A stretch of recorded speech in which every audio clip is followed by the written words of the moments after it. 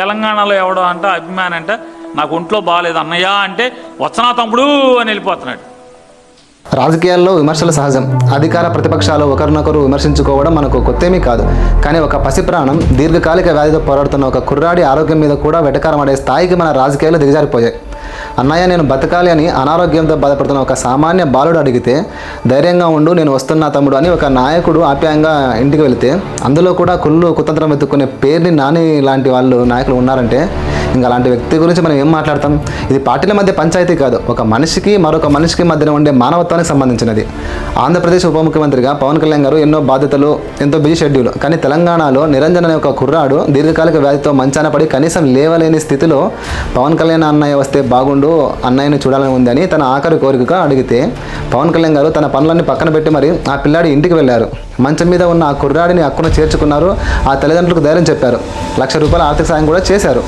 ఒక మనిషిగా తనను నమ్ముకున్న ఒక సామాన్యుడి కోసం తన కనీస మానవత్వాన్ని ఆయన చాటుకున్నారు. అయితే కానీ ఈ దృశ్యం చూసి వైఎస్ఆర్సీపీ నాయకుడు మాజీ మంత్రి పేర్ని నాని గారు ప్రెస్ మీట్ పెట్టి మరి ఎవడో తెలంగాణలో అన్నయ్య నా ఒంట్లో బాగాలేదు అనగానే వస్తున్నా తమ్ముడు అని ప్యాంటు చొక్కా వేసుకుని వెళ్ళిపోయాడని అత్యంత హేయంగా వెటకారంగా మాట్లాడారు.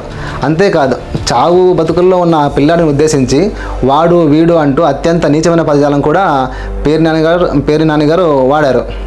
ఇక్కడ పేర్ని నాని గారు, మీకు పవన్ కళ్యాణ్ మీద రాజకీయ కోపం ఉండొచ్చు, దాని విధానపరంగా పోరాడండి. కానీ ఆసుపత్రి పాలై ప్రాణాలతో పోరాడుతున్న ఒక సామాన్య కుర్రాడి మీద, ఆ కుర్రాడి తల్లిదండ్రుల ఆవేదన మీద వెటకారం ఆడే హక్కు మీకు ఎవరిచ్చారు?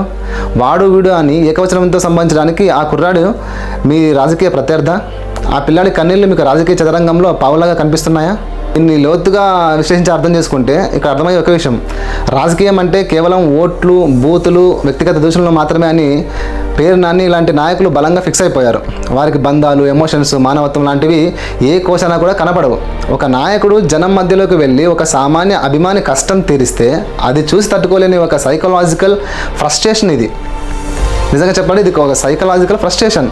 ప్రెస్ మీట్లో పేర్ని నాని గారు మాట్లాడుతూ పవన్ కళ్యాణ్కి సంస్కారం లేదని పాత వీడియోలో చూపించారు. ఓకే ఫైన్, కానీ ఒక ప్రాణాపాయ స్థితిలో ఉన్న సామాన్యుడిని వాడు వీడు అని బహిరంగంగా దూషించిన మీ భాషను ఏ సంస్కారం అంటారు?